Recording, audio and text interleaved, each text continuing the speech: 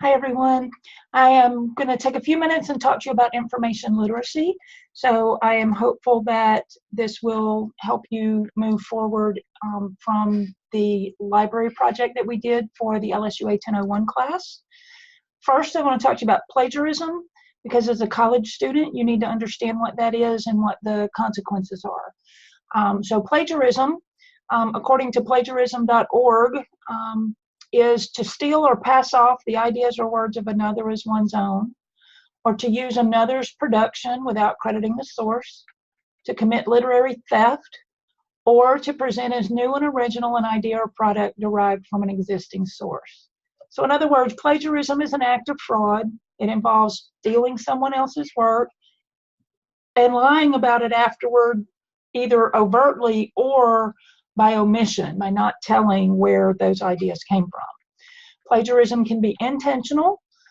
You did it on purpose. You borrowed someone's paper, you put your name on it and turned it in. Or it can be unintentional. I really thought I paraphrased that information adequately. I didn't realize I had to cite it. And this presentation is to help you understand that that's still plagiarism. And you need to understand that whether it's intentional or not, it is still punishable in an academic setting. So it's very important that you understand what it is and you understand how to avoid it.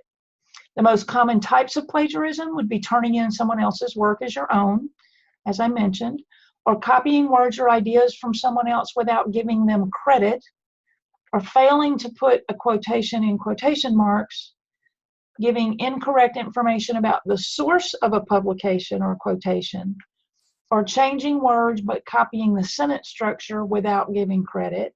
And here's a big one: copying so many words or ideas from a source that it makes up the majority of your work, whether you cite it or not. So you cannot present someone else's ideas as your own, even if you cite it, if that's the majority of the work, right?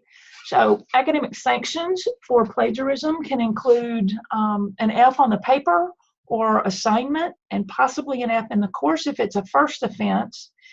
If a student is not satisfied with a faculty's determination and chooses to go before a student conduct committee and a hearing is held, if they are found guilty, they may find the F on the paper or the F in the class, but they may also find enough evidence to warrant suspension from the university or even expulsion from the university. And those things show up on your transcript as part of your permanent record. You do not want to have that be part of your academic record.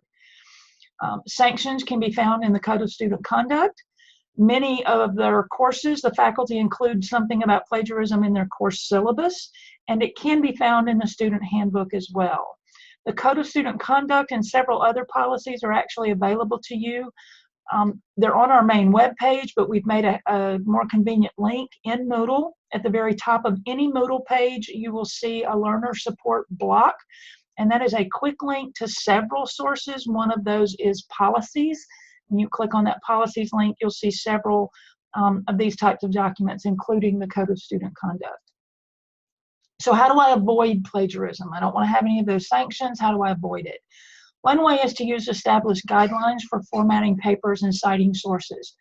Follow the directions of the instructor in your courses. Do what they ask you with regard to the papers that you turn in. And if you need assistance with APA or MLA format, the Writing Center has very good folks that can help you with that. And if you're not on campus, our online tutoring that's available under your MyLSUA, under the student menu in MyLSUA, they can help you with that.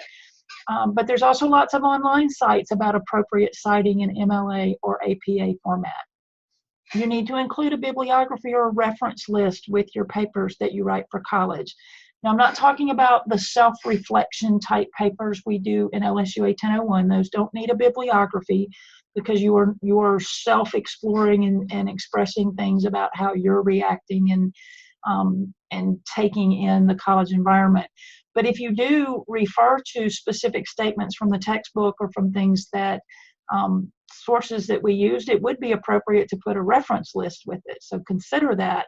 And certainly for any research that you do for any other class, you would need to have either a bibliography or a reference list with your papers. If you copy and paste, you need to use quotation marks. and you have to cite the source. So you shouldn't have any quotation marks that don't have sources cited, because you can't quote it, which implies I got this from someone else, and then not tell who the someone else is. So you need to be sure that you include that. How do we evaluate information? How do we determine that the source we found is credible and something that would be appropriate to use as one of our references? So there's several things to consider. One is currency, which is how recent is the article, and this does depend somewhat on your topic.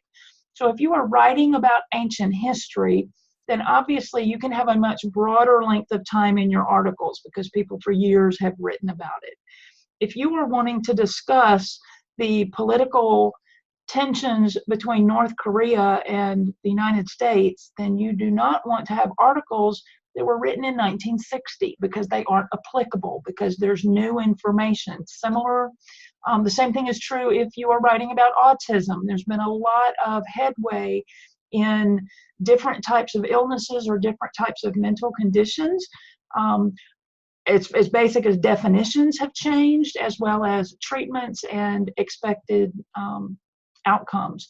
So be sure that you are using current articles based on your topic. You also need to look at author credibility. How many sources and what types of sources does that author use? Are they only forming their own opinions? Are they doing all of their stuff out of one other source?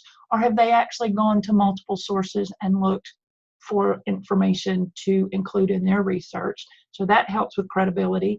It also helps with your credibility with your faculty members and your peers when you write, to be sure you're including multiple sources.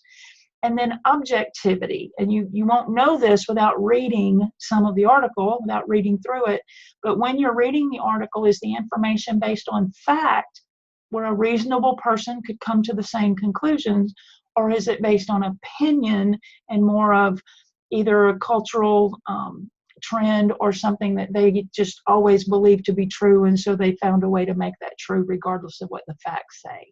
So it's important to include those three things when you're evaluating information: currency, author credibility, and objectivity.